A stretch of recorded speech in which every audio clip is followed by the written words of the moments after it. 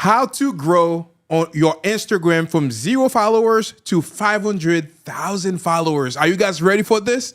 What's going on, everybody? It's your boy Storyseller Jet with another episode of the That's So Fire Talk Show. And today I have a special guest on the show that is going to show you guys how to grow your social media and how to crush it with content. Are you guys ready? Let's go. Super excited to have Joe McCarthy here in the show. Flew in from Fort Lauderdale yesterday to come on the show today. So super excited. Joe, super excited, man. I'm pumped. I've said super excited 10 different times already because I am actually super excited. Joe, we're going to do a quick introduction of who you are, and then we're going to dive into, your origin story and talk a little bit about how you grew your social media content or profile from 0 to 500K and all of the strategies that people can utilize right now to do the same. So Who is Joe McCarthy? In a nutshell, I am a personal brand coach, entrepreneur, help people scale their brands, make more money through social media, get more deals, and just ultimately utilize their skills and their talents and communicate that effectively through social media. So let's go. Would you guys learn a thing or two from what he just described? Personal branding, social media, and all of that? Super pumped, man. This is going to be great. One of the very first questions that I always ask people, and I feel like this is one of the most important questions because that really showcase how you can help people, is the origin story. How did you get started with all of this fun stuff? Yeah, it's definitely a funny, very interesting story. So I grew up on a small farm in Virginia. So I was raising chickens, sheep, pigs, stuff like that. And I was using social media to sell those farm products. So I was probably, at the time, 12 to 14 years old. And I had all this stuff in the fridge. I had the eggs, the chickens, but I couldn't market it. I couldn't get sales. I was putting up road signs trying to figure this out. And no matter what I did, I could not get sales. So I saw Instagram and Facebook as a tool to use to sell, to market, and other farmers in my area, they were using Facebook and Instagram to market. So I opened up a quick little account. I started, marketing my farm products and then quickly started selling out. So I guess that's when it clicked, okay, I guess I could utilize social media, not just to waste time or scroll or, be entertained, but I could use it to sell a product that I created and market it effectively. So that's sort of the soft launch into me, getting into the social media game. I was posting little farm vlogs on my channel as a kid and just, showing people my life. And fast forward now, it's a whole different ball game. It's kind of crazy. Yeah, this is awesome. Yeah, let's talk a little bit about your upbringing in the farm. That's kind of cool, to transition from being a farm boy to now being a social media, to building a social media empire. Yeah. So is your family really involved in the farm life and doing all of that? How did you get to being in the farm? Well, so the farm was more just a little hobby farm. My dad's always wanted to raise a ton of kids. And by the way, when I say Virginia, I mean rural Virginia, middle of nowhere. There's we had to drive 30 minutes to get to the grocery store, 30 minutes to get to church, an hour to get to school. So it was in the middle of nowhere. So yeah, we basically had to utilize. I don't know. My dad basically he's always been entrepreneurial minded guy. He actually got me into a lot of the business books like Napoleon Hill, Grant Cardone. He taught me a lot of those things in terms of really just how to think like an entrepreneur.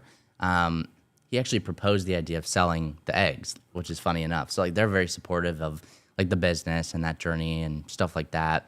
But the farm, I don't even know if they have a ton of animals anymore. I was the main guy selling chickens and getting out to people and actually building a business out of it. So I'm pretty sure as soon as I moved out, they kind of slowed that down. They might have a few hobby chickens here and there, but definitely nothing to the extent of what it was when I was there. So it was a hobby farm, not necessarily a farm that they created to be able to sell product to other people. No, I mean, you could probably ask my dad. We probably lost money on the farm, if we're being honest, because like we were buying like the feed and housing and like little chicken coops, stuff like that. And we were definitely spending a lot of money on like that stuff. And so like what we brought in from selling like a handful of dozen eggs or a handful of chickens, like didn't really add up. So the business itself was not super lucrative, but as a kid, like I was still making 800, 1,000, 1,200 bucks a month. So I was happy. For a kid making $1,200 a month, anybody will take that. As a kid, I would have loved to have something like that for sure. So when did you realize that you could use the farm to make money?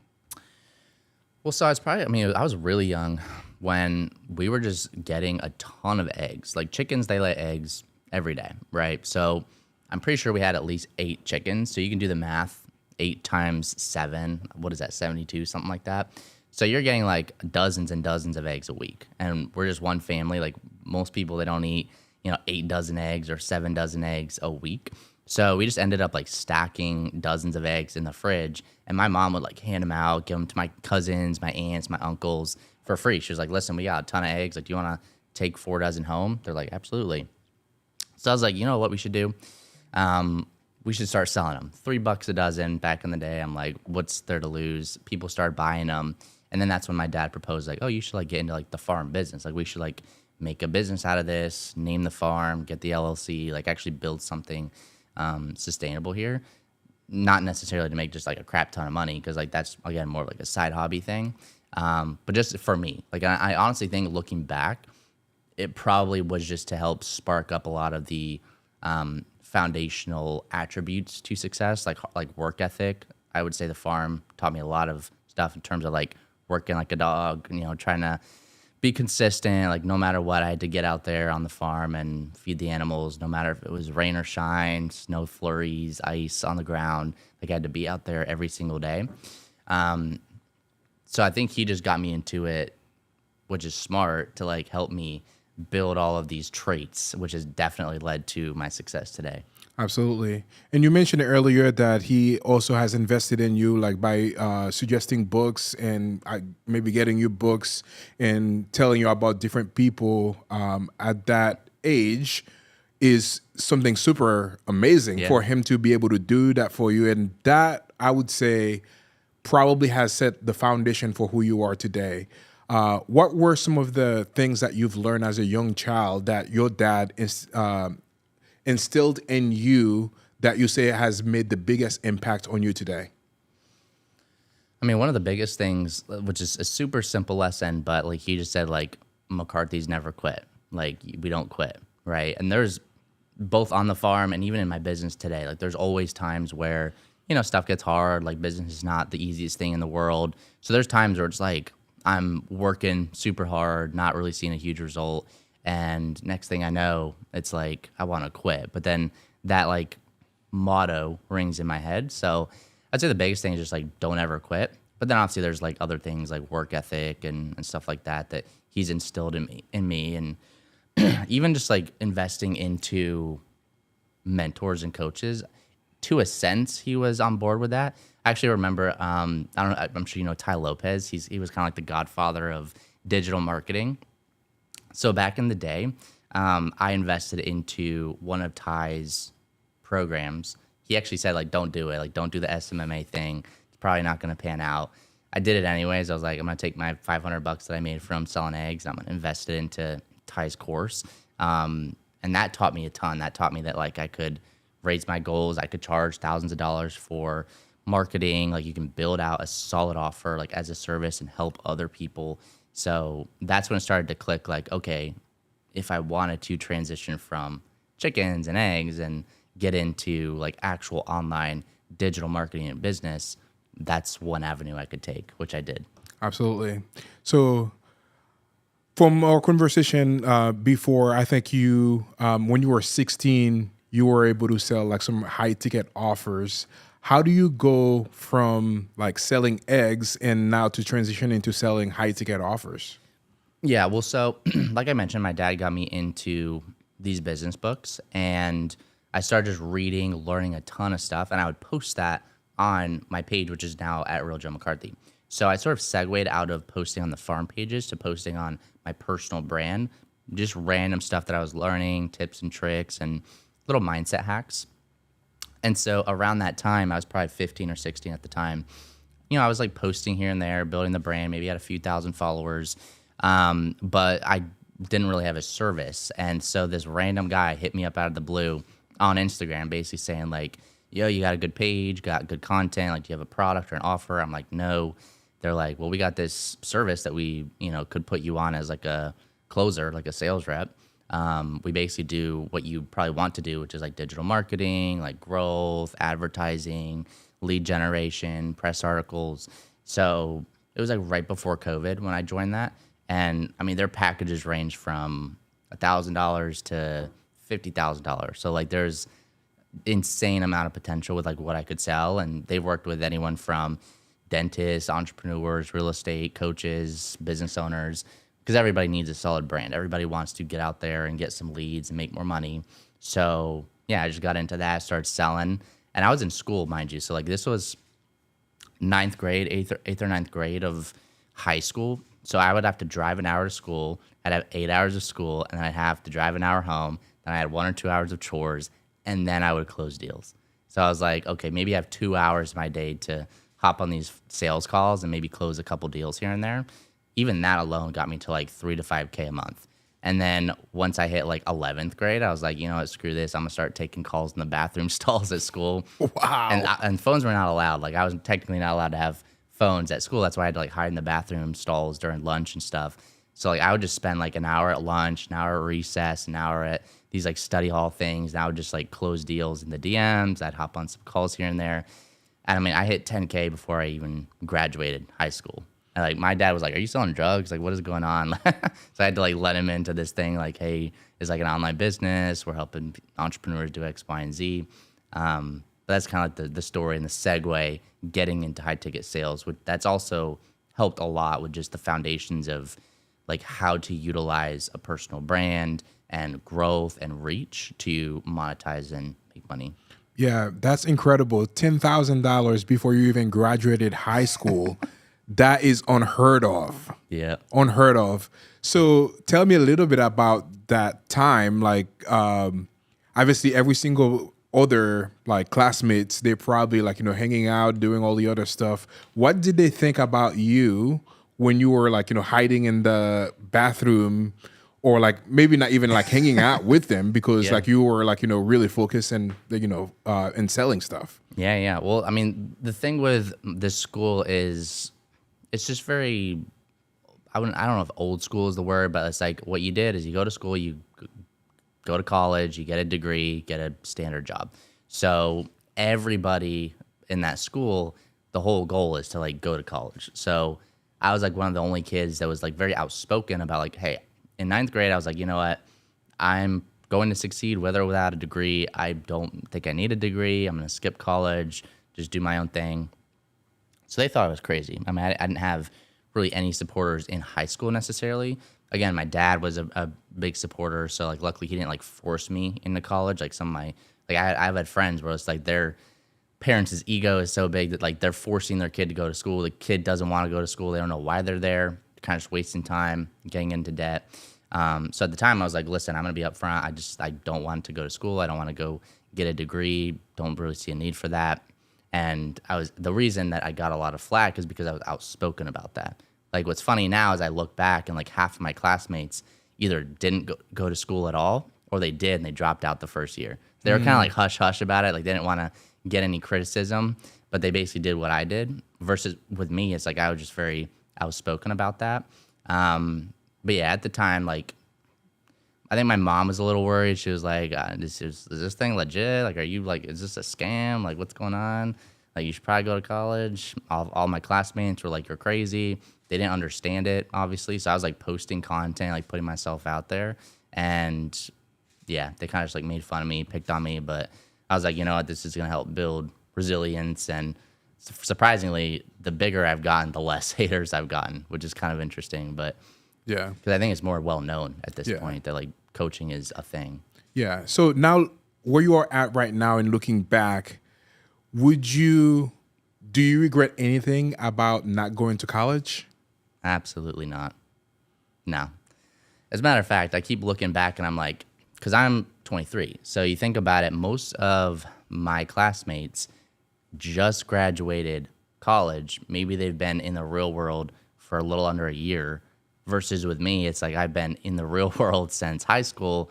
You know, I moved out, I got married, have a 3-year-old daughter, moved 1,500 miles away to Fort Lauderdale, Florida, have a massive business. So, yeah, I can't imagine what that would be like had I gone to college. I'm not gonna lie, like I would say the only thing I would miss about a college experience would be like the partying, the craziness, like 'cause I do like to have fun, right?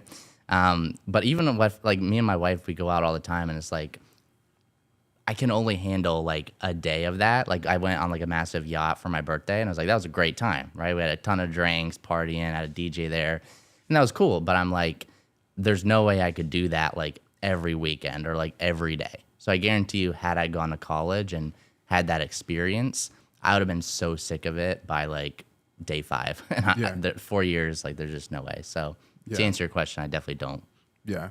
What advice would you give to parents out there watching this that are forcing their kids to go to college?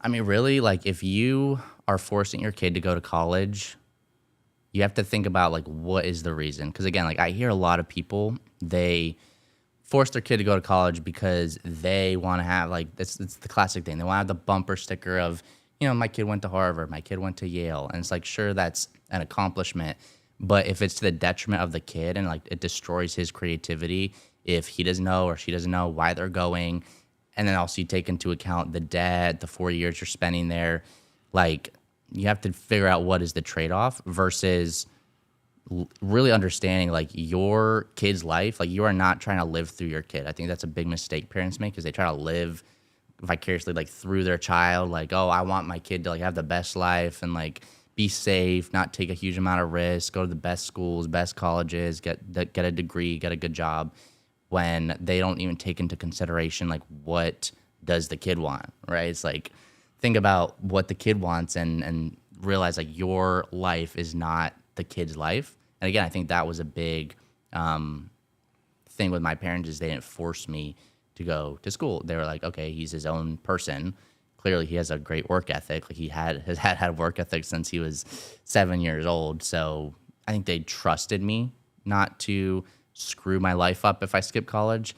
And then this is another thing for like high school kids or like kids who are thinking about college is you need to be able to give some kind of evidence or proof that if you did skip college, you're not going to become just a failure. Because like if I had a kid and they were super lazy and they were just sitting there like, oh, I don't want to go to college, like I would probably think twice about like forcing them to go to college because it does help you like learn how to work and learn how to think. And I would say like if you want to skip college, at least give your parents some evidence that like, hey, I'm already working hard. I'm already working on myself. I'm already reading books. So you need to be able to also do your part by not just sitting on your butt playing video games and just say, hey, I don't want to go to college and expect them to be like, all right, sounds good, Timmy. And then you screw up your life. Yeah, absolutely. That was great advice. Now, you moved from Virginia to Fort Lauderdale. Your business is doing very well. Actually, maybe let's start talking about what did you decide to do after you were working that high ticket closing sales job? How did you move into the entrepreneur world and working for yourself? Yeah, so I mean, I was using their services for my brand as well. And this is something we can get into, like paid versus organic. Like I'm very big into investing into myself with coaching, investing into marketing, investing into my brand. The biggest entrepreneurs, they're investing tens of thousands of dollars into their brands. So like I was using it for myself and I was getting out to a lot more people, like building my page, reaching thousands of views and like getting more reach. And hence, how I've hit 500,000 followers over the last 8 to 9 years. But I essentially just started growing and posting and people would hit me up being like, do you offer coaching? Like, how'd you grow your brand? Like, how are you so confident on camera? Like, how do you show up as an authority? So it kind of like planted a seed in my head. And I've had coaches say like, you need to like launch an offer. Like you need to create your own thing. Because like, it's good to do high ticket sales.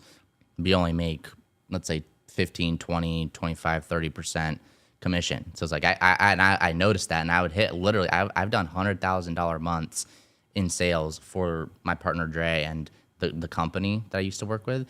And I was thinking to myself, I'm like, I did 100K but got paid 20 to 30K, which at the time and still it's like that's a lot of great money, money, yeah. right? Yeah. Like I was more than blessed. He's been a huge blessing in my life, just paying me well what I'm worth. So never once was I like, oh, I'm greedy and I want to go like do my own thing. But it was in the back of my mind, like I have so much more to give, so much more value I could package up. Like I've invested $150,000 into coaching at this point, and I wanted to create a place that I could just package all that up, put it into like a 90-day program where other entrepreneurs and other coaches could utilize that to scale their brands, launch offers, make money. So I'd say probably 2 or 3 years into the sales job, I would basically slowly start like chipping away at building my own offer, like creating modules, creating overviews and stuff like that. And it's actually a really recent offer. It's probably 2.5 to 3 years old at this point, but it's crushing. Like this offer, the Bulletproof Branding Accelerator, it's insane for coaches. Like it's literally like a one-stop shop to like launch your offer, build your brand, dial in your messaging, get leads, create systems and processes for content and for lead generation.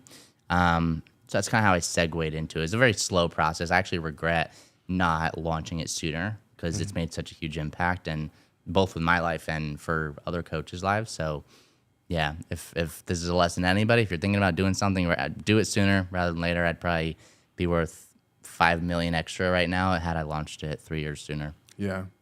So you've invested over $150,000 in coaching. What would you say that has done for you? What is the return on investment of investing that much into coaching? I mean, I have an abundance mindset, so I don't even consider that to be a huge amount of money. Like I'm going to keep on investing. I think the benefit of hiring coaches is that it almost helps collapse that learning curve. It collapses time. Like to be transparent, like I've been doing this for 8 or 9 years, but the first like 3 to 4 years of me trying to build this out, I was an idiot. I was trying to spin my wheels, figure it out myself, throw content and stuff at the wall and hope it sticks. Like I didn't have a clear strategy. So as soon as I started hiring coaches, that's when everything started taking off because they gave me a roadmap. They were on the outside view looking in. They could see my blind spots. We can't see our blind spots because that's why they're called blind spots. So it's like we don't always know what we need, what we're doing wrong, what we need to do more of, what we need to tweak and refine. So hiring a coach that has gotten a specific result in a specific area that you want to succeed in just 10x's your results, really. And so I'm also a believer that technically everybody can learn how to grow their brand to 500K. You could learn how to dial in your content. You could learn how to make your first, let's say 500K a month or 100K a month or whatever the goal is.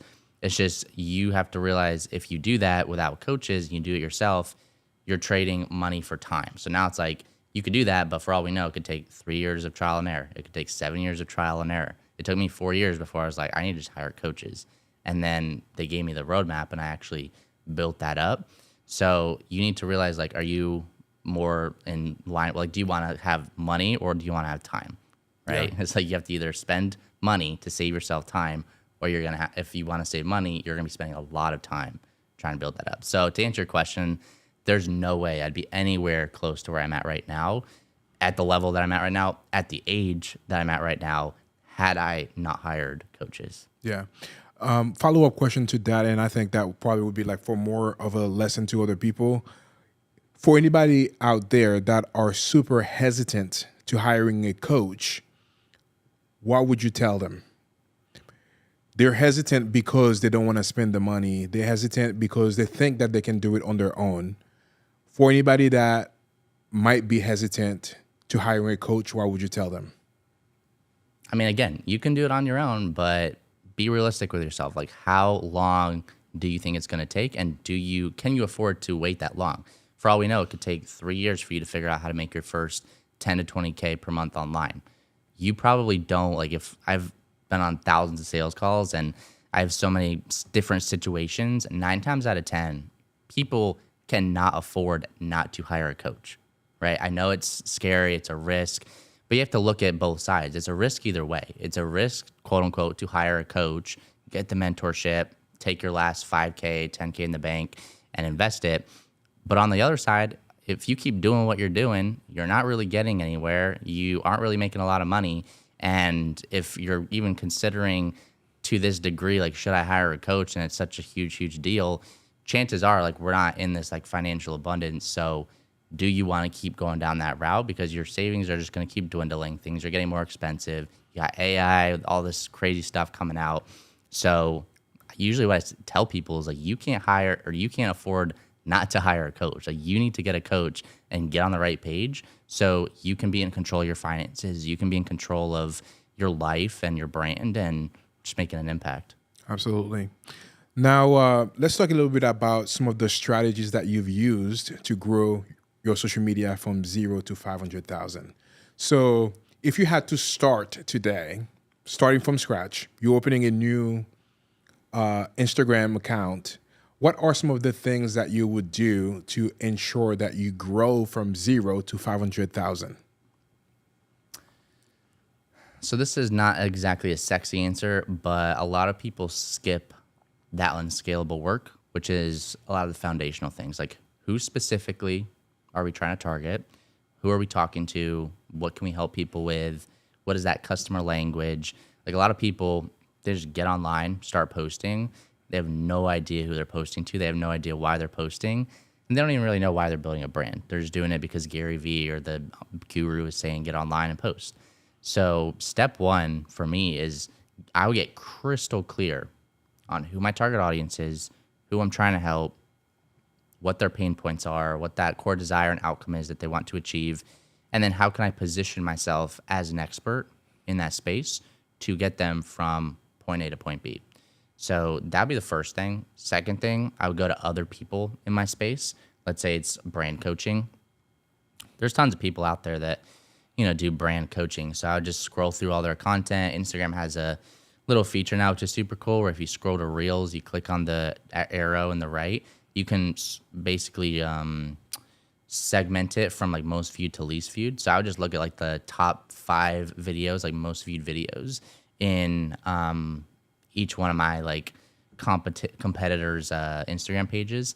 And I would just like duplicate that. Wouldn't really copy it, try to make it more of my own thing. Add in my story, my own voice, my own opinions and beliefs. But you don't want to like reinvent the wheel. So that's what I would do if I was trying to grow. Now, I think a lot of people make the mistake of thinking that the views and the numbers are like the most important thing. You don't have to have 500,000 followers necessarily to make your first 10 to 20K online. Like, I have clients at like 3K followers, 5K, 10K followers, and they're crushing it. So it really comes down to like who specifically are you attracting, because a lot of people, they'll go the route of like going crazy viral, doing entertainment content, like just going, doing the dances and whatnot. And sure, you might be growing and like getting views and getting followers, but they're not paying the bills, right? So they're not attracting the right people. So I would only do that strategy to an extent to where maybe I've grown 5K, 10K, 20,000 followers. And then I would look at conversion content, which is more so me sharing my beliefs, me sharing what I'm an expert in, just trying to figure out like how can I make a connection with my audience so they understand that I understand them to a very deep degree, which that builds trust and that eventually gets me paid, if that makes sense. Yeah, I guess that follows, another follow-up question to that is, how do you monetize Instagram if you don't have a lot of followers? I mean, there's a couple of different options. Like, I do outreach quite a bit, cold outreach, but also outreach to my followers. Like, again, I think a lot of people, they have an audience. Like, you could have 4,000 followers and like put 4,000 followers in a room. That's a lot of people, right? You don't need to sell 4,000 people at $5,000 a piece. If you do the math on that, I'm pretty sure that's like $1 million or something like that, right? So you really only need to get, let's say, 5 clients a month at 2 to 5K to make like a really solid living, right? So people overcomplicate it. They think I need to have 1 million followers, 500,000 followers before I can even try to monetize. which is not the case, because if you have the right audience and they trust you and they're engaging with your content, even if you have 3,000 people there, you just start DMing those people, plant those seeds. Hey, thanks for the follow. Appreciate the love. How long have you been a business owner for? You get into a conversation. Like, I'm booking 5 to 7 calls a day just through me messaging my new followers. Right. So it's like you could easily book 3 to 5 calls a week, close one of those or 2 of those people, and there's your monthly revenue right there. Yeah. Yeah. And I think this is probably like one of the biggest mistake a lot of people make on social media. They are truly just focused on, hey, how many views did I get on that video? Or how many followers did I gain? But whether you have 10 or a million, if you have a million followers of the wrong person, like the amount of money that you would make on Instagram or Facebook or YouTube is going to be very minimal. Yeah. But if you had 10 people that are your perfect target audience and you have an offer that you can give them, if those 10 people buy your $5,000 offer, that's 50K. like, that's 50K there. And if you were just trying to monetize the million, that's going to be the million followers that you have. That's going to be like way less amount of money that you can make. So yeah. There's actually been there's a couple influencers out there that, like this one chick, she has like 1 or 2 million followers. She created a t-shirt brand, tried to sell these t-shirts. She sold like 7 shirts at $20 out of 1 million followers because they just weren't the right buyer. They weren't targeted. They just weren't the right audience. So it's like the quality of the audience, especially these days, is much more important than reaching that 500K. A lot of people, they make the excuse of, I don't want to start launching a product or start monetizing until I've done 500K on my followers or until I've hit like 10,000 followers, because they feel like a fraud. They feel like, oh, who am I to charge $5,000 if I don't even have like a credible social media account? Yeah, for sure. What do you see is working the best right now on Instagram? Just being real. Like, I think a lot of people, they're trying to be someone they're not. They're trying to copy other styles of content, styles of editing. Like, I think a lot of people have actually gone like a 180 from what we were doing 2 or 3 years ago, like the Hormozy style edits, because people just want like real, authentic, down-to-earth content. I would almost like think like vlog style content. Like, they want to learn about you, your life, your values, what you believe in. They don't want the value-based stuff.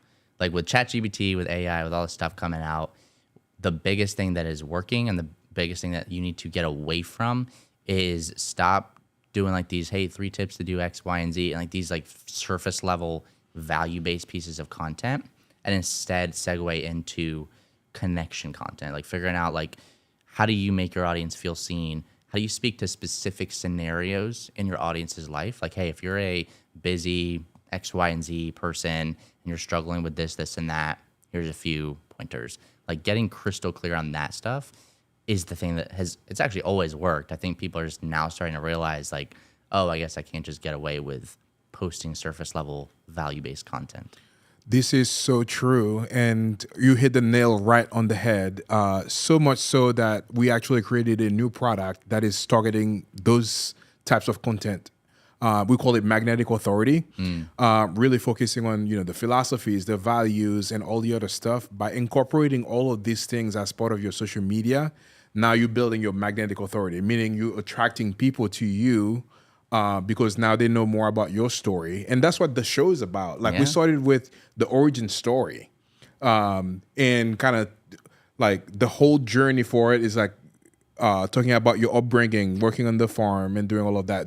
People love to hear about this kind of stuff instead of just kind of saying, hey, 3 tips to kind of do X, Y, and Z. Yeah. So I have 174 questions that I typically ask people, and all around their philosophies, their values, all of this kind of stuff. So you hit the nail right in the head for that, for sure. Now, we just talked about what you feel is working the best on social media right now. Do you see if there is like a time or a specific way to kind of post on social media to gain the most traction? I think a lot of people focus on the wrong things. like you could, sure, there's an optimal time. It's 12 p.m. or you could even go in your insights and search that. But a lot of people, they're focusing on like, what hashtags do I use? What audios do I use? What time do I post? And they're using that as an excuse not to just post the freaking content. Like at this point, like we have to put ourselves in front of camera every single day. So we don't want to be focused on these little nitty gritty editing techniques or like tools or audios or hashtags or times to post.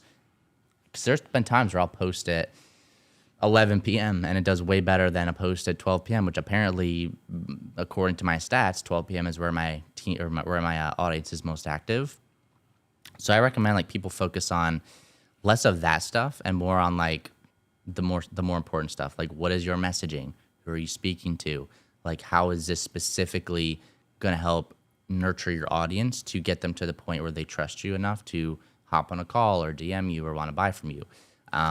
Similar to what you do, like I have my clients really dive deep into figuring out their values and their opinions and their beliefs. How do we tie in their story into their content? Because it's like you could post at the optimal times and have the optimal audios and the great hashtags, but if the messaging sucks and you're not clear on that and you're not confident on camera, it doesn't matter, right? So the content itself is much more important than the little nuances, if that makes sense. Yeah, absolutely. You just mentioned something that I would like to expand on, which is to post every day. Where do you see the value of consistency on social media? Consistency is key. Like going back to the stuff I said about the farm, one of the only reasons I've been able to scale to 500K is because I've never missed a week of posting in 6 or 7 years of, being able to actually like get out to people. So like I've literally spent time posting on my social media consistently for a long amount of time. And if you're not consistent, you're not showing up, you don't have to, I don't necessarily think you have to do it. And this might be a controversial thing, but I don't think you have to start posting every single day when you first start. Like that's daunting. Like I started posting once a week, then I did twice a week. Then when 2 times a week became manageable, I did 3 a week. So it's like every other day I'll show up on camera and post, because I would rather you be consistent for months and months and months on end doing what you can manage, which is let's say 3 a week, versus posting 3 times a day every day. You do that for a month, you get crazy burnt out, and now you quit for a month and you try to get back in. Like if we can't be radically consistent with whatever cadence you can manage, then you're not going to be able to scale. So the first thing is just figuring out like what can you manage, and then creating a system or a process around your content where you have a backlog, for instance, where you can start posting more consistently. But yeah, you need to show up. Like that's like that's baseline, right? You need to be able to show up online, show up to your audience. Instagram obviously favors people, spend more time on the platform. So you need to be like radically consistent if you want to grow. Yeah.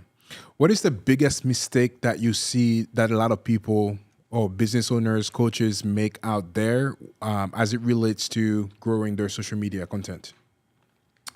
So I would say the biggest thing, I mean, there's multiple things, but I would say the biggest thing is going back to the clarity. Like they just haven't gotten that clarity yet on specifically who they're talking to, right? So you could take like fitness, for instance. You could post surface level fitness content, but if we don't niche down or like we don't get crystal clear on who specifically are we talking to, how do we tie in your story, your values, but also specific scenarios in their lives. Like, hey, if you're a busy dad and you're struggling with X, Y, Z because you're super busy at work, then, here's a couple tips and tricks. If you don't have dialed in messaging, it doesn't matter. Like I see so many people, they're posting a crap ton of content, which like kudos to you for being consistent. But I go to your page, I'm like, who's your audience? Like, who are you talking to? And I ask people on sales calls or enrollment calls, like, who's your audience? And they're like, I don't know, like, there's people who want to grow, people who want to make money. I'm like, that's like too broad, right? It's like, you can't build connection if we don't get specific. So I think square one, foundationally, it's just like people are not getting specific enough, doing that foundational work first before they get into posting. That's the biggest thing. Yeah. As it relates to posting on social media, where do you see the value of creating the right thumbnail? And do you have any technique that you use to make sure that, you attract the right audience with the thumbnails?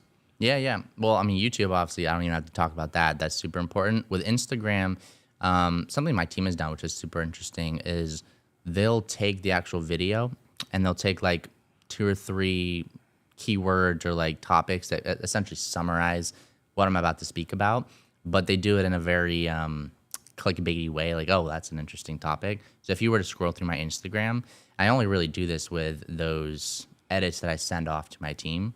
Because like I could post something on my phone, just like a selfie video, just down to earth, off the cuff type of thing. And I do spend time like summarizing what I'm about to say. But as long as it's specific to your target audience, usually you want to call out your audience in a way, whether that's in the hook, whether that's in the caption or in the thumbnail, you want to call out your audience, because if they scroll and then they see that thumbnail, they'll be like, oh, that's for me. Like, hey, busy dad is doing X, Y, and Z, or, you know, mom's struggling with this, this, and that. Like, if you can talk to a specific person, that will stop the scroll. But even with the hooks in the actual video, I feel like that's way more important than the visual hook or the visual thumbnail on the page, because if you can stop the scroll of people on like the explore page going through and you have a visual hook, like whether it's something like you sitting down or like you see all these people, they're in their car and they put their phone up, like those are intentional, those are like visual hooks. It creates like a pattern interrupt. And then obviously what they say, like those first 3 to 5 seconds are obviously super key.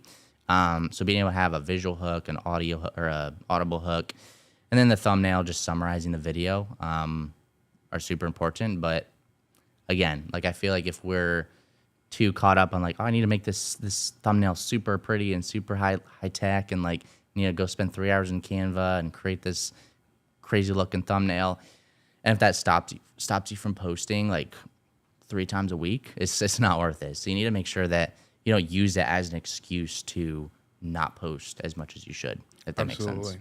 You just talked about different types of hooks. Can you elaborate on each of the different types of hooks and how to use them for your content? Yeah, so visual hook, that's what they see, right? So there's been some funny ones that I've done, which maybe I'll like have a mic tied to like a banana or something. It's like you scroll through and you're like, why the heck, like what? And there's a guy with a banana, like with a mic. So silly things like that. Could be something in your background, like something like this is super cool because it's like it's moving, there's fire, it's like a ring of fire. So like that creates a visual hook. It's like it stops their scroll and it creates a pattern interrupt. But it could even just be like simple things which people don't really notice. Like again, people setting their phones down, that creates a hook. Like people setting their phones up in their car, or like you going down to sit down like in a chair. Those are visual hooks. And again, it creates a pattern interrupt. Next would be an audible hook. So obviously that's pretty straightforward. Everybody talks about, oh, first 3 to 5 seconds in the reel, like you need to capture their attention. So that's what you say. So obviously the more specific we can be there, the easier it is to capture people's attention and keep them engaged. So again, usually you want to call out your target audience or call out a specific scenario. Usually the way I structure my reels is you have the hook, then you give some kind of value or story, and you have a resolution or a call to action. So that's typically how I go about that.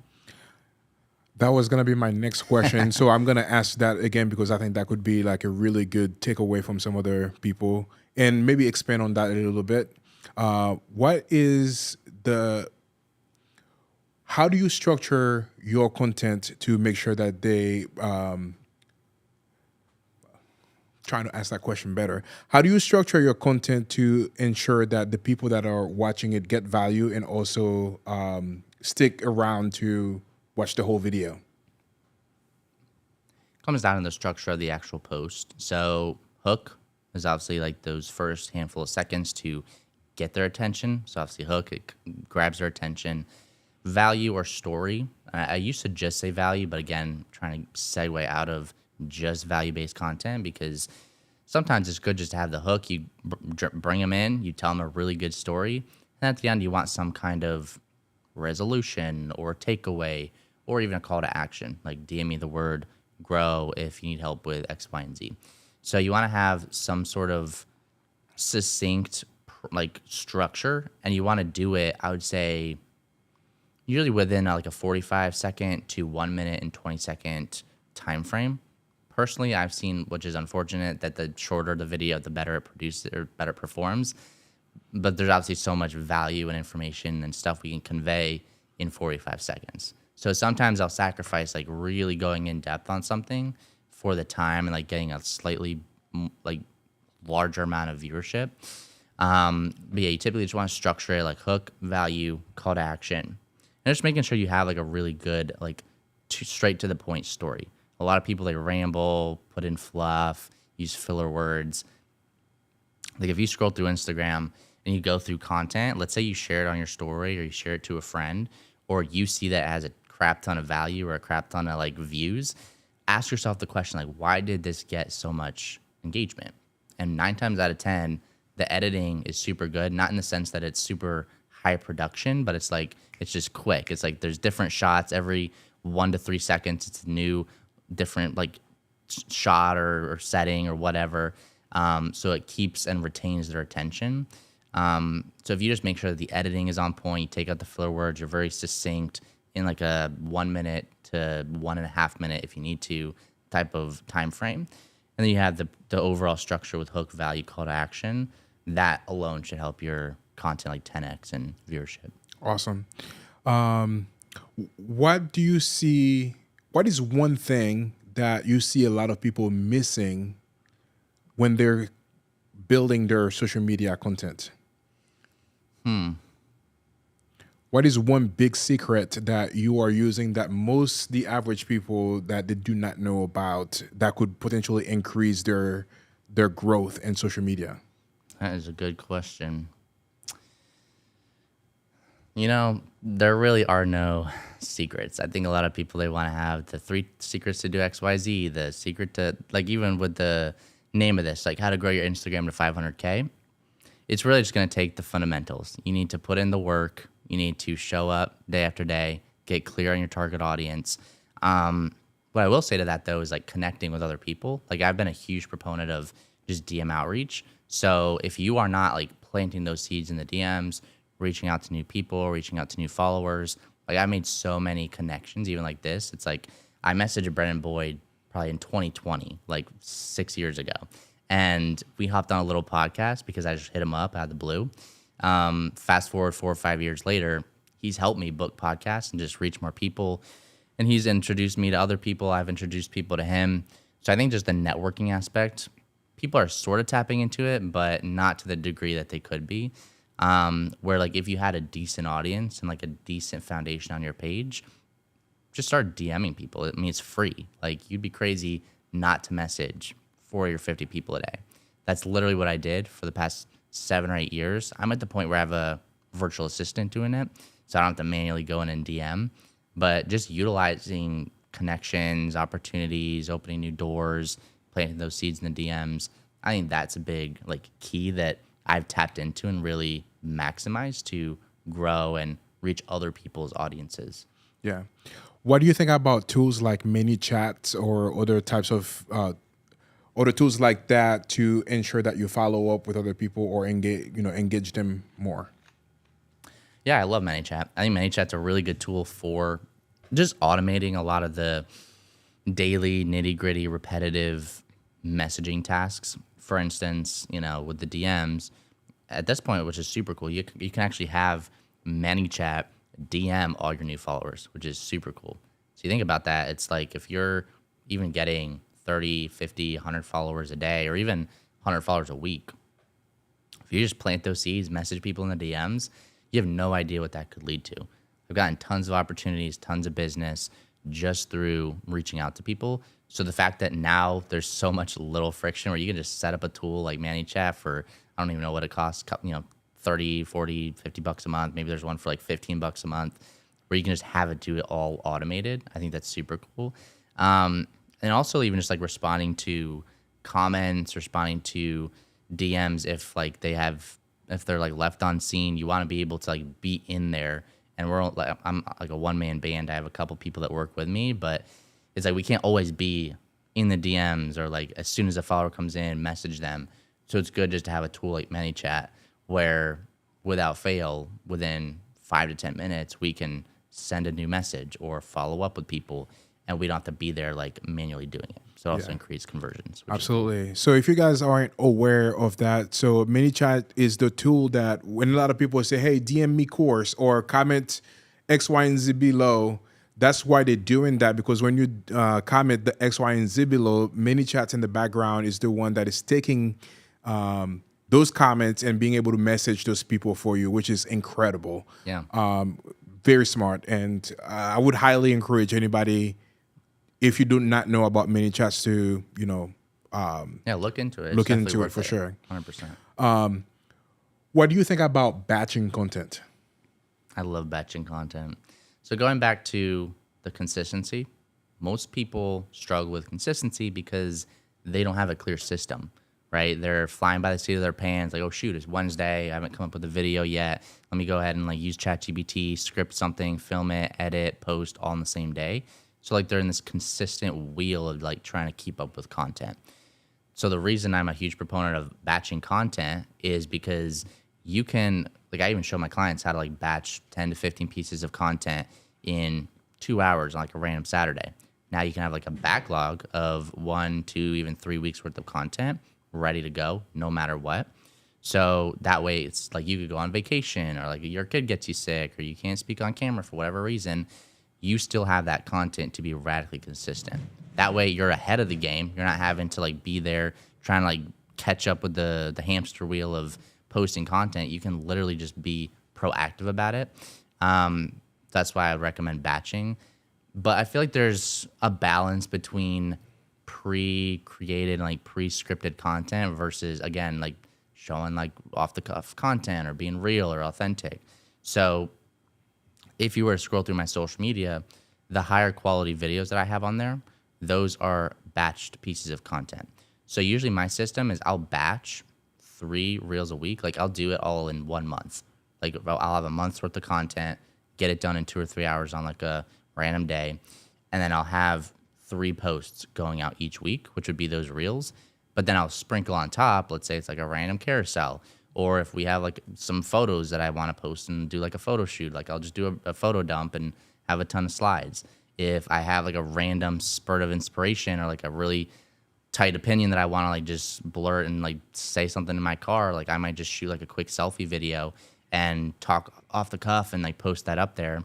But those are what I would call like filler content. Like we'd sprinkle that in to make sure that we have a good mix of like pre-recorded batched content, but it doesn't all look uniform or the same, or it's like very robotic or not like supernatural, because you want to make sure you also have that other side, which is normal off the cuff or like recent type of post, if that makes sense. That totally makes sense. And this is something that I always recommend people to. Like, you do not need to come here and shoot all of your content, like shooting all the polished kind of stuff. It's important because you need to showcase the authority that you are. But at the same time, like batching content definitely, as you said, helps you be consistent. But like take your cell phone and kind of record those behind the scenes stuff. And like, doing some types of content that you can put in there, so that way people don't get the fatigue of kind of seeing the exact types of content and like only polished content. You need a combination of the both to be able to do that. Yeah, that was a very, very, very good advice for that. So you mentioned earlier that you have been, I guess, like on a spree of doing like a bunch of podcast shows, and you said like, your voice might, get lost today. Yeah, literally. Yeah. Like, Yeah. I'm losing my voice. Yeah. If I sounded nervous in the beginning, I'm not nervous. I'm just trying not to lose my voice. Yeah. So why are you doing that right now? Why is it so important to be jumping in different podcasts and invest in like, in those types of interviews? Obviously for you being on the show, like super grateful that you were here, Yeah. but you flew yesterday from Fort Lauderdale to here. If it wasn't that important for you, you would not have decided to do that. So why are you investing and being in different people's shows and doing podcasts? There's a ton of reasons, right? Like we can start with just the content aspect. Like it's almost a way of batching content, right? Like you might get 3, 4, 5, 7. You said one guy got 30 videos, short form videos from like one long form podcast. So the first thing is content, right? Like I'm always trying to shoot new content And it's like I could come up with ideas and use ChatGPT to figure out like new content scripts, but like some of the best content I have is when a guest is like asking me a question and I just like use my thoughts and my brain to like come up with a really solid piece of advice or answer. So that's the first thing, is just like figuring out more effective ways to get new content or even like new ideas to sort of formulate through us having a conversation. Second thing is obviously tapping into other people's networks, right? So it's like if I get on another podcast, now all of a sudden, these other people that might know you, but they have no idea who Joe McCarthy is, now they know who I am. Same thing with you. It's like I'm obviously going to share my stuff on social media, like our podcast, our interaction, sharing the links. So you obviously benefit from my audience. So I think in that aspect, it's a win-win where we can tap into other people's audiences, and it just gets better and better over time. It's like, you know, if you start getting 500,000 followers and I have 500,000 followers, now it's like we're tapping into 1 million potential people, right? Yeah. So you don't have to be crazy not to do it. And I always like to be surrounded by other people who are doing what I'm doing, because that just makes the mission so much more fun. So the other thing is just like, again, like being around this type of space and environment, it fills my cup. You even mentioned, I don't know if it was on the show or right before it, like you could do like 6 shows in a day. Yeah. It's like it fills your cup. It's like what you're meant to do. And I feel like to a degree, this is a very good and convenient avenue to get my word out there and like get my voice out there, even though I'm like losing it right now. But like it's just a really good and effective way to reach the masses, and it also creates a win-win-win all around. Yeah, for sure, 100%. So another thing too, I see it in your shirt, you know, the JM, but also on social media. I think it's like Joe Social. I think it is Gem Social. Yeah. Yeah. So why is it important to brand yourself? Like for me, you can see that I always wear those like, you know, red glasses, red shirts, red watch, red shoes. I love the red, by the way. My colors are red. You can scroll through my Instagram. Everything is red. Why is it important to brand yourself on social media? I mean, it should be straightforward, right? But it's like there's so many people out there. You need to create as many edges as possible, right? So like we could obviously have an edge of like what we speak about or who our target audience is. But going back to like the visual hooks, like the glasses and even like Andrew Tate cigars, and like there's different, I think even like Superman has like, I don't even know what you would call it, but like Clark Kent, like he has specific things that he gets in the mode of like Superman. So there's this book, I can't even remember what it was called, The Alter Ego Effect. Check out The Alter Ego Effect. I don't know if you've read it, but like he literally talks about having specific icons as like parts of your brand or your identity that people know you by. So I think it's a good idea just because like we want to get every edge we can get. So if like you can have the red glasses and they're like people are talking amongst themselves, they're like, oh, like you should check out Jet's podcast, and it's like, oh yeah, the red glasses guy. It's like, yeah, him. Yeah. And so that's I think the strategy behind it. Yeah, absolutely. And something that I've also realized that sometimes we are so much in our head. Okay, if I do this, what are some other people are going to be thinking about? If you, maybe you guys can't tell right now, but my glasses don't actually have lenses on them. They're prescription. They're prescription, but they don't have lenses on them. But I started wearing that every single places that I go to. Like at church, I took my kids to school this morning and I was wearing them like every single places that I go to. But when I first started doing that, I was like, what are people going to be thinking about when they see me like wearing those glasses? But that actually has been very beneficial because now that's a conversation starter. They also remember me. Like I probably would have fit in the crowd. They probably would not remember me. But now, because I have something distinct, they would remember me by that.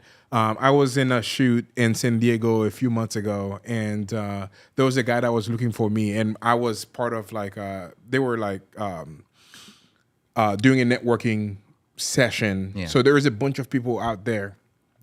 And then the guy that was looking for me, how he found me was by looking down on the floor and looking for the red shoes. I was wearing a different red shoes. That's how he found me. And he told me about that later, and I was like, that's interesting.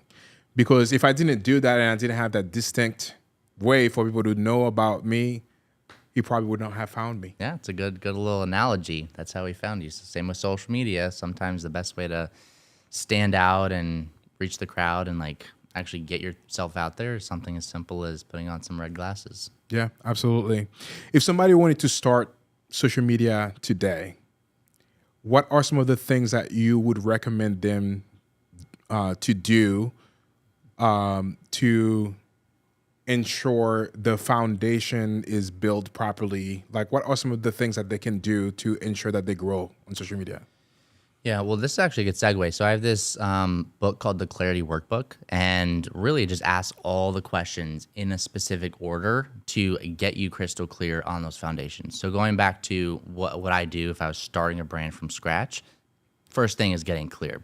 But it's hard to get clear when we don't know what questions to ask or like what order to ask them in, how to make sure we have the whole pie to make sure like we actually know like how to show up and how to actually post content that's going to reach the right audience. So if you guys are watching this and you want to get access to that Clarity Workbook, he'll put the description, the link below, or the link in the description below. So feel free to check that out. Gonna give it for free for a handful of you guys just who are watching this.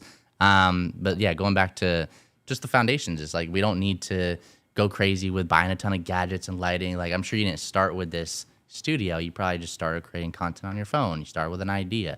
So really it just comes down to like have the idea, have a clear message, know who you're speaking to, know how you can help them, and then just use the tools at your disposal to start to just post consistently, start batching just to make it easier for yourself so you can be consistent. And if you can just hammer those for a handful of months or a handful of years, like there's no way you can't blow up. Yeah. So kind of weird question. How long, if somebody start posting content and be consistent, how long they should switch over strategies if what they're posting is not working? How long they should wait to do that? I would say it's not necessarily a time thing. It's more of like an amount of content. So let's say you're posting once a day, 5 times a week. I would say as long as you have a database of a dozen posts, then if none of the 12 do well, we need to iterate. So I'd recommend like every 2 to maybe 3 weeks of iterations if you see it not panning out or there's no outliers. So I'd say like 2 to 3 weeks worth, but more like 12 pieces of content is what I would say.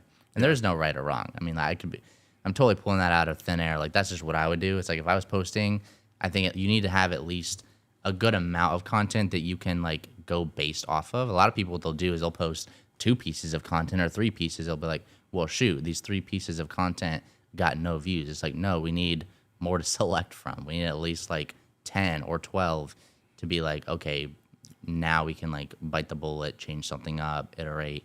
But you need like a good amount. So I'd say like 12. Yeah. Do you A/B test your content? A little bit. I've actually started doing more carousels, both with the AI stuff and also just like white quote posts, because I'm trying to see like what specifically my audience is engaging with. I'm still seeing reels are popping off though. So I'll split test in different ways. I'll split test types of content, but then like let's say I stick with just reels, I'll split test talking head versus B-roll. It also comes down to like what your goal is. Like B-roll content can like get you more views and get you more reach, but it might not get you clients.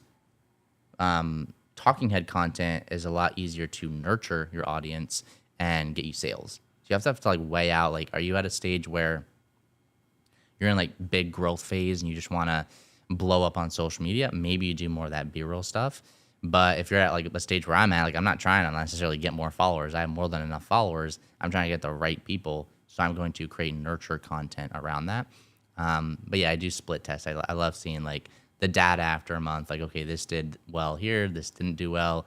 Cut that out. We'll lean more into this stuff. So big proponent of A/B testing. Yeah, absolutely. Brendan Board always talks about you need to create an offer around your social media content.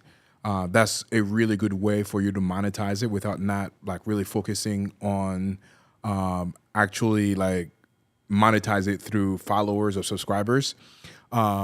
Do you have any recommendations of the types of offers that people can create around their social media to ensure that they start monetizing it that way? Yeah, I mean, there's a couple things that goes into having a good offer, I would say the first thing is making sure that all like the bells and whistles are in place in terms of time frame and deliverables and price points. Like you want to make sure that it's something that is built kind of around your life. What I see a lot of people doing, actually, this would be the first thing to really nail, is the pricing, because a lot of people way undercharge themselves and way overdo it on delivery. That creates a huge amount of headache and scaling issues, bandwidth issues. So the first thing is figuring out like what is the price point, and at the same time figuring out what type of life do you want. Like, do you want this to be something that's more passive? It's like a course, they just go through the videos. Do you want this to be like a group or like a ton of people are in it and they're paying monthly? Do you want this to be like a more mid to high ticket thing and it's like one-on-one coaching, very high level, but you only have a handful of clients? First thing is just figuring out like what specifically you want your life to look like, and then how can we build an offer around that life. Then we need to figure out the pricing, make sure it makes sense. Then we need to figure out like what is that process you're taking your clients through. I think a lot of people miss that. They just have an offer, but they're not really giving their customer or their potential customer a specific journey that they're walking them through. So just for context, like with my program, I have like a 4-step process that I drive them through. Step 1 is actually building the offer. So once we build the offer, then step 2 is we optimize and monetize the social media, make sure all the bells and whistles are in place, bio, highlights, content, profile, pin posts, every single little thing on the front end. Back end would be more so the messaging, figuring out like who are we speaking to. Then step 3 is lead generation. Step 4 is scale, with creating those systems and processes with content creation to be consistent, stuff like that. So if you guys want to create an offer, you need to dial in the price point, figure out what you want your life to look like. You need to have a clear process. Like, hey, first thing we're going to do, Mr. Prospect, is we're going to take you from here to here. Then once we dial that in, then we're going to do this. Then once we do that, last thing is this. So you need to give them a clear process, and then would be the deliverables. So people overcomplicate it. They think I need to like mush in the process with the deliverables. Whereas with me, I'll give you the process, which is those 4 things. Then I'll tell you in the program for the 12 weeks or for the 4 months or 3 months, you get this amount of calls and you get these video modules and you get access to the group chat and the group calls. So you want to separate those so it's not confusing. But those are like the main key things that you need to do to structure an offer and gain clarity on how to convey that and communicate it to your audience. Absolutely.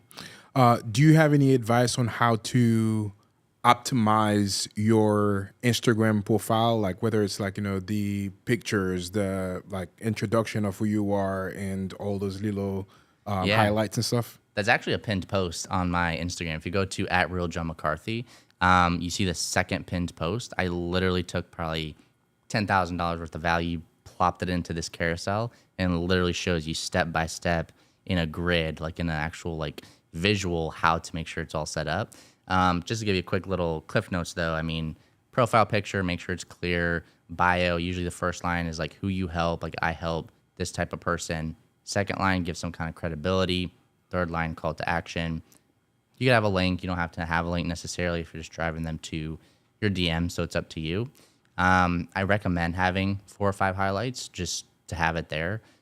Personally, I like to have like a program highlight so they know that you offer something, lifestyle or behind the scenes, so you can get more behind the scenes of like who you are and what you do. And then, yeah, you can have like a couple others there. And then the pinned post, that's a whole other strategy I could dive into, but you want to make sure that your pinned posts are also strategic. And if you even go through my pinned post on my page, the first one is designed to get them to know you. Like, hey, this is who I am. This is how I grew up. Then I got into this. Now I do this. I can do this for you because I've done it for myself. I used to be a farm kid and I scaled my brand and blah, blah, blah. So every little thing on my page is intentional. Yeah. The pinned posts are intentional to like nurture my audience. Like every single thing there it has a purpose and a strategy. Yeah. 100%. And I'm smiling here because one of the things that we actually offer to people is the 3 videos pin post. Yeah, really? So 3 video pin posts. The first one is who. The second one is what. And then the third one is how. So who you are, kind of showcasing kind of like your story and doing all of that. And then the second one, what is the offer that you have? What do you offer that would potentially help them And then the third one is, how do you help them? What's the process to helping them accomplish what they are looking after? So whenever anybody goes to your post and they can see those three videos, now they can know you, they can like you and trust you, kind of start building that relationship with them. So I'm smiling here because you have the similar strategy. We've never talked about that strategy together ever. And so like clearly, like knows like. You obviously know the strategy, and that's why you're also very successful. Appreciate that. Yeah, that was an incredible talk show, and you provide so much value. One thing that I wanted to really delve into, which we did not really talk about, is high ticket selling. Obviously, you have a tremendous experience doing high ticket selling. Do you have any tips or tricks for anybody that wants to delve into high ticket selling that you can share? Any tips? Kind of just have to do it. I mean, really, it just comes down to like putting in the reps. Like I'm sure you weren't super amazing at posting content or selling like your first 3 to 4 calls. I was horrible at my content. The first 3 or 4 videos, I was horrible at high ticket sales. First 3 or 4 calls I took, but you get the reps. Like as you get the reps, you start to learn more. You got to tune to like what specifically the prospect needs to hear. I would say like make sure you have a company that is reputable. I think a company that you feel like would be there long term, because the last thing you want to do is join a high ticket sales team or organization that places you in some like scammy online business, or even just like a business that just you feel like is so hard to sell. I think the vehicle is extremely important for succeeding in high ticket sales. So making sure that you find something that a lot of people want, a lot of people need, something that's very easy to sell. Because back in the day, like 2019, 2020, with COVID, everybody was literally getting on camera. They were posting, they're trying to build their brands. So naturally, the first thing everybody wanted to invest into was social media marketing or like an agency. So me getting into social media marketing with high ticket sales, it just blew up. So I think the vehicle that you choose is extremely important, making sure that it's something that people really need, people trust it. It's nothing that's like super hard to convey or communicate. I'd say those are the key things. Yeah. So if you were doing it for yourself, or anybody watching that they're entrepreneurs and they want to do high ticket sell, what are some of the things that they can do to ensure that they increase their conversion rate? Making sure that your social media is set up properly. I get a lot of DMs in my inbox, and then I go to their social media pages. They have horrible content, barely any profile information, and it's like that they just lost a sale. Same thing if like I was to get on a call, I want to make sure that I'm giving off a credible first impression, both on that call, but also just with my social media in general. So that's even why I've spent so much time and money over the past 8 years building out my page to the level that it's at. Because no matter what I do, I could get on any calls or meetings or DM people, and I get great results, positive results, because they trust me. They go to my social media, and you've heard the cliche thing, like your social media is your business card. It's like your resume. You need to make sure that you're giving off a credible first impression. So if you want to increase conversions in the DMs, in sales calls, in high ticket sales, like I was the top rep in high school at this high ticket sales thing, because I was one of the only people that poured into my brand. And I was actually getting leads, not just from the company, but also just from my Instagram. So I was doing outreach, getting my own leads, closing my own deals, getting paid more for those because I had a credible brand. So you can utilize that as an asset for building trust and building that conversion. So I would focus all in on social media, building your brand, making sure you're giving off a credible first impression. Yeah. What do you think? This is going to be a 2-part question. Personal brand versus business brand. Which one do you think is the most valuable? Personal brand, I think, is pretty obvious. Like you need to make sure that you're connecting with your audience. It's hard to do that when you're hiding behind a logo. I think having a business page is fine as like a placeholder, but you think about all the massive corporations, business owners, like you look at like Elon Musk. Elon Musk himself helped really propel Tesla because he was like the face of the brand. You look at like Grant Cardone and all of his businesses, like you wouldn't sign up for like Cardone Capital or whatever just for the sake of that. You would sign up for it because you trust the face, you trust the brand, the personal brand behind the company. So I would lean heavy into personal brand. And then if you want to have a company page, it's good to have it just as a placeholder. But I always tell my clients, like, I'd rather you focus all in on the personal side versus like going heavy on like the generic corporate logo, aesthetic, that type of stuff. Yeah, fantastic. Man, it's been a fantastic conversation with you. We've been going at it for over an hour right now, an hour and 15 minutes with a lot of valuable content. But I have 5 questions that I always ask any guest coming on the show. So we'll kind of delve into that side of things. So the very first question for that one is, if you had to go back to day one, when you were maybe selling eggs to, your neighborhoods or your, all the people that wanted to buy things from you, if you had to go back to day one, what advice would you have given to your younger self? I think especially getting into the social media world in high school, that's where it really started to hit me of like other people's opinions. I've said this on a couple other podcasts, but I feel like that opinions thing really got to me when I was younger. Like, it took me years to put myself in front of camera and like years to actually like post. Like, going back to what you're saying about the glasses, like the first thing you think of like is, what are they going to think? What are they going to think? Like, what are people going to say? Like, how am I going to be perceived? I think a lot of business owners and coaches, whether they want to acknowledge it or not, a lot of the reasons they haven't gone just full force into posting content is because they care about other people's opinions. So going back to like younger Joe, I would just say, like, listen, whether you go to college and get a job or you do this entrepreneur thing, probably going to be judged either way. You could be ripped, you could be fat, people are going to judge you either way. You could be really rich, you could be really poor, people are going to judge you either way. So you might as well go do your thing, build your business, fulfill your passion, chase your dreams, because judgment kind of just comes with the territory, and I would never want that to stop me from like really accomplishing my goals. Yeah, this is so true. And for me, you guys probably noticed the super sexy accent that I have.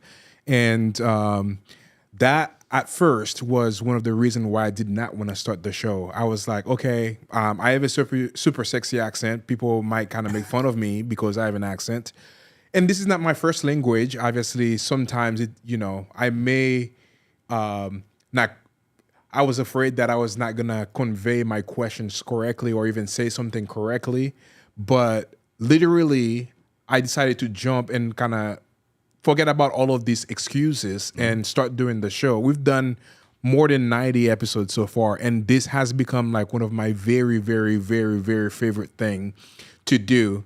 If I was like really focusing on what other people would think of me, I would not have started this. And obviously it's become one of my favorite thing, and and being able to do so many of them has been very rewarding as well. So take his advice on what he just said, that he was going to be telling himself, his younger self, and apply that to yourself today. So similar questions. If you had to go back to day one, what is one thing that you would have done differently?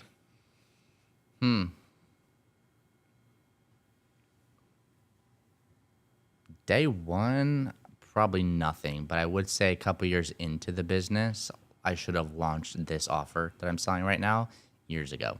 And that also goes back to like, oh, what are people gonna think? Like, what if they don't sign up? What if they don't pay me $5,000, $6,000, $7,000? Went back to like the stories that I had in my head.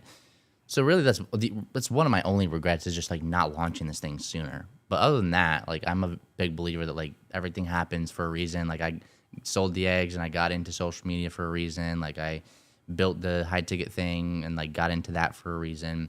So there really wouldn't be anything that I would do differently per se. I think just if I was back in that time of me brainstorming the offer and like debating whether I should launch it or not, and then delaying it by 2 or 3 years, I should have just launched the thing, honestly. Yeah, awesome. What is one book or one resource or one person that has made the biggest impact on you, and why? That is a good question. Let me think. I mean, Garrett J. White is a very big like men's coach. He's actually like the godfather of doing this men's coaching stuff. And again, I've invested a lot into like mentors, courses, seminars. And I feel like Garrett White just has a lot of the key things locked down, right? Like he's got the business, he's doing like $10 million. He's got the wife, he has like, I think 3 daughters and a son. So he's got like a good amount of kids. They have good relationships. He's actually in Fort Lauderdale, or I think he's in Sunny Isles or somewhere around there. But he's someone I've always been looking at, just like outside view, looking at his content. I've, attended a lot of his webinars and some of his stuff. And I think just what he says in general is very impactful. So I'd say that in terms of a personal resource. I think a book that helped me a ton was The 10X Rule by Grant Cardone. And at the time I read it when I was like 14. Like if I read it now, it's not that it's not very sophisticated. It's like it's a very straightforward book. Think 10X, right? But I think at the time it helped me like open my horizons to what was possible.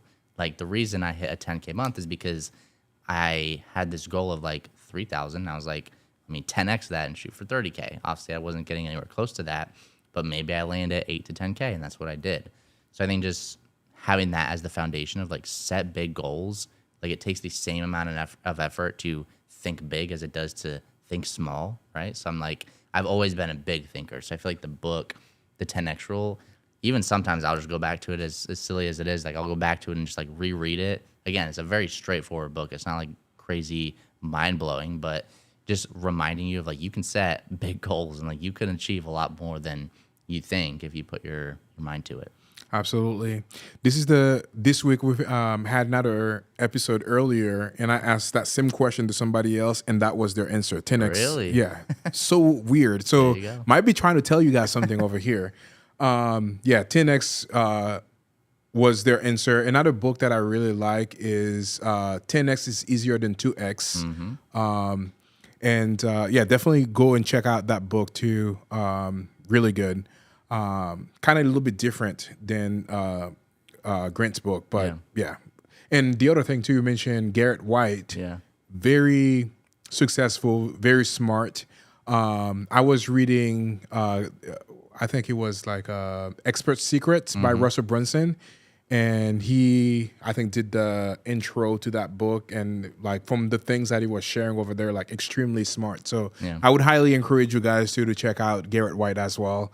From kind of what I've learned, like from reading some of those books, it would be really good. Would be really good for somebody to look up to or kind of follow as well. Yeah, 100%. Yeah. So the other question I have for you: what is the biggest lesson that you've learned over your career that has made the biggest impact on you?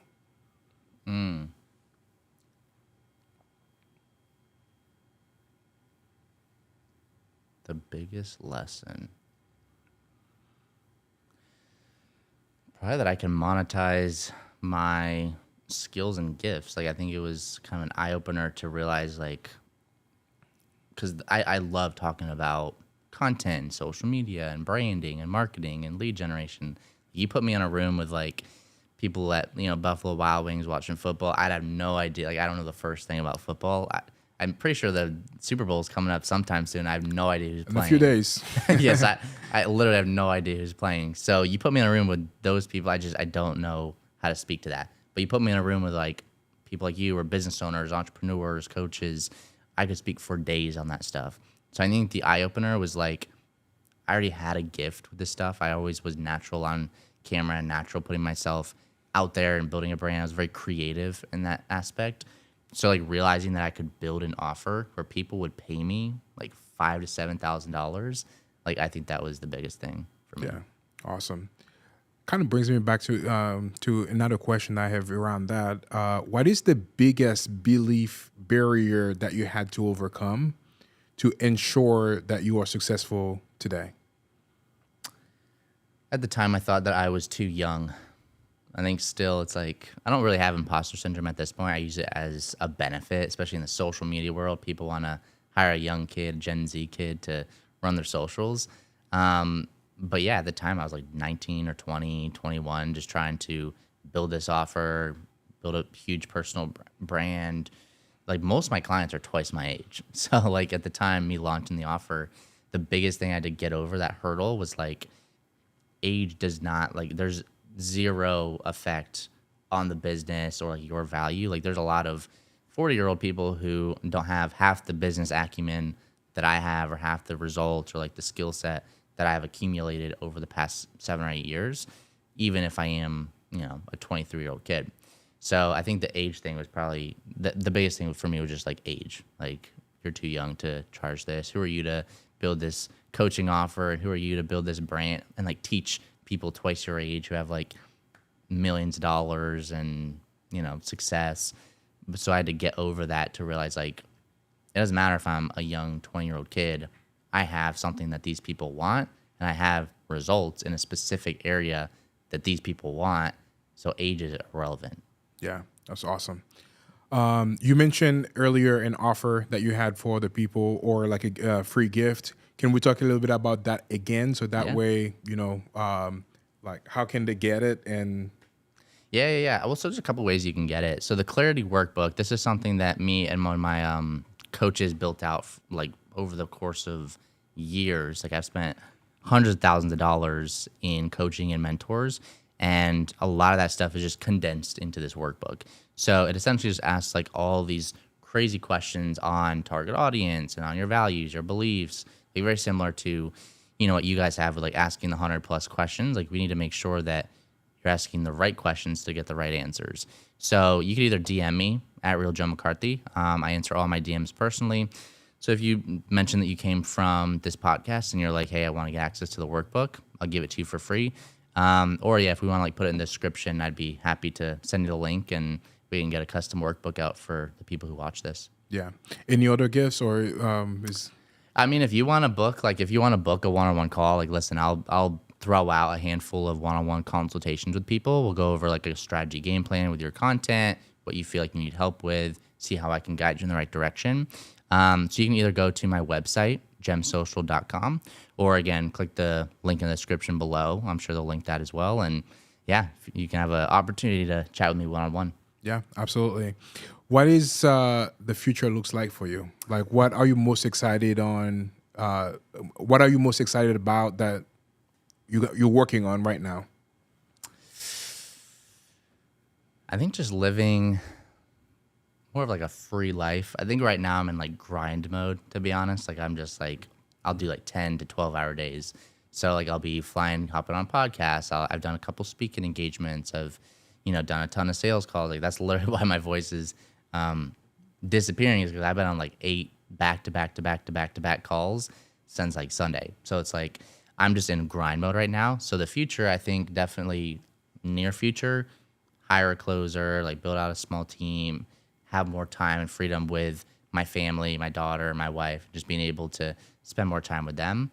But long-term vision, like I have big goals. Like I want to be doing $200-300 million. I want to have like a university of my own, like an actual school to like teach other kids about business and entrepreneurship and, building my company to multi 8 or 9 figures with Gem Social. So yeah, massive goals. That's for way down the line. Short term though is just mainly offsetting, hiring like a closer and some team members just to free up my time and be able to make a good amount of money, but also be able to, hang out and do my own thing as well. Buy back your time. There you go. There you Dan go. Martell. Awesome. Man, it's been such a pleasure having you on the show. You definitely provided tons of value, and I hope that you guys were able to pick up a thing or two. I can't speak either.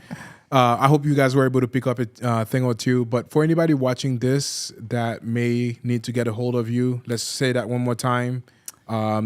Yeah, so if you guys want to book a call or learn more about what I offer specifically, go to gemsocial.com. Otherwise, check out my Instagram at Real Joe McCarthy. Got a ton of really good content that I'm posting pretty much every single day. If you want to DM me, again, I get back to all my DMs. So yeah, feel free to message or book a call at the website. Absolutely. Any parting advice? Take action. I mean, we're obviously doing you a service by providing value and putting stuff out there. So if you want to do us right and do yourself right, go and take a lot of the stuff that we just taught you and write it down, go implement it, go actually take action on it, because, your goals you're not going to hit your goals unless you actually put in the work and put in the effort. There you have it. It's been such a pleasure hanging out with you guys today. Definitely make sure to go check him out on his website and social media. And thank you for being here today. Let's go, baby. That's so fire. Nice.